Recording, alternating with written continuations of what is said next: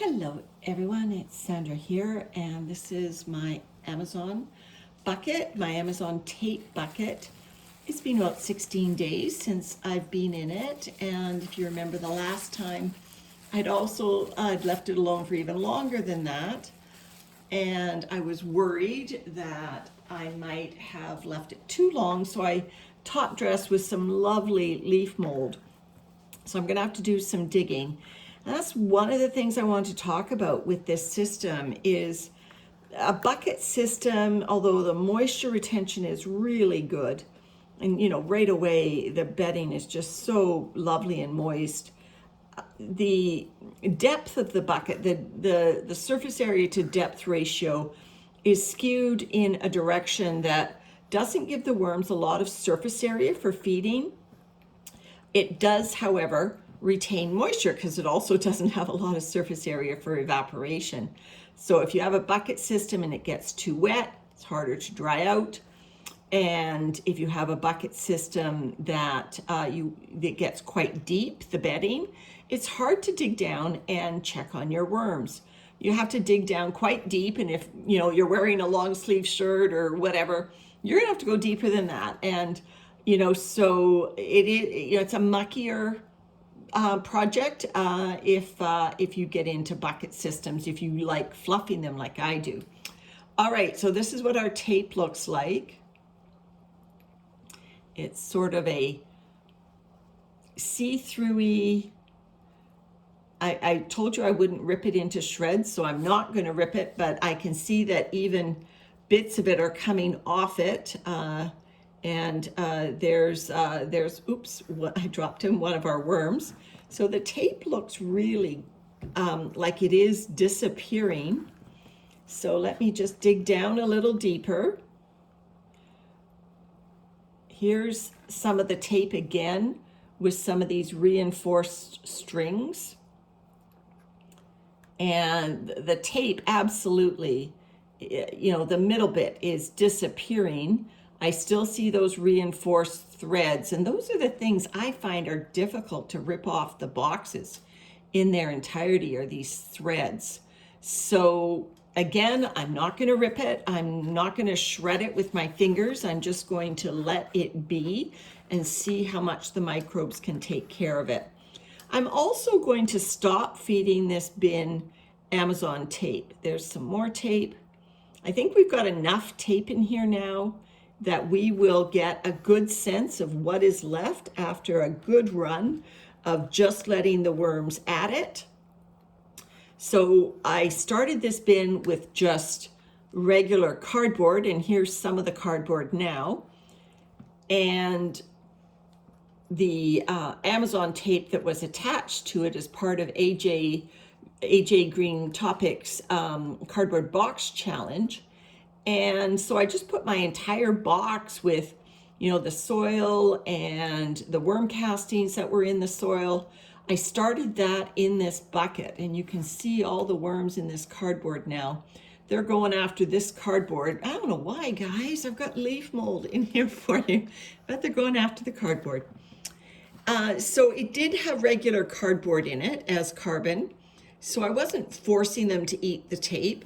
It'll be the microbes that are digesting that tape, and presumably, whether it's worms or the microbes in the soil, the tape seems to be disappearing.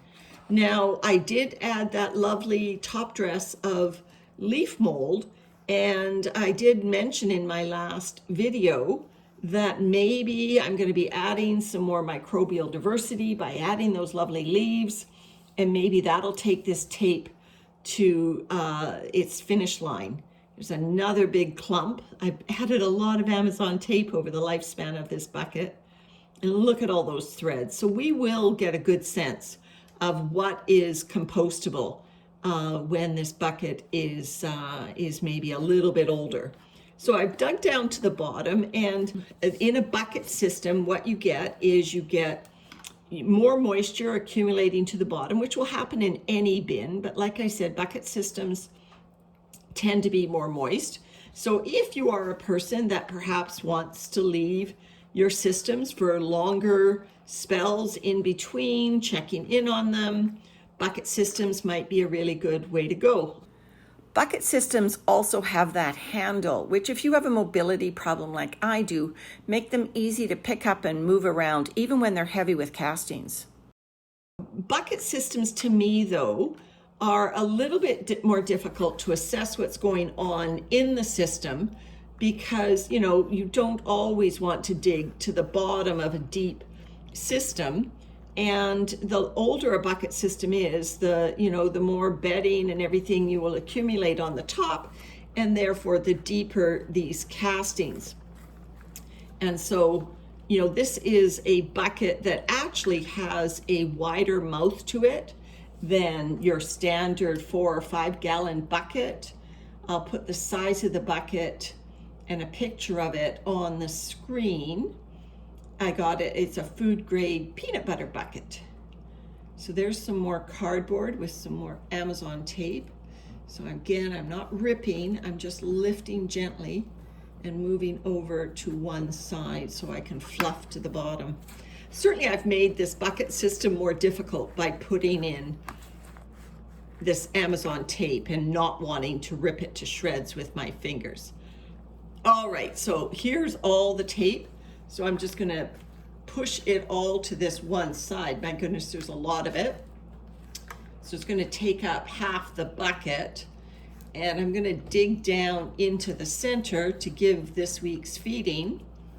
Like I said, it's been quite a few days, about 16 days since I've been in here. So I'm gonna shift gears now, and I'm going to give it just some newspaper as carbon instead of more Amazon tape. So there's just some newspaper as carbon. I've got this giant rotten apple from our tree.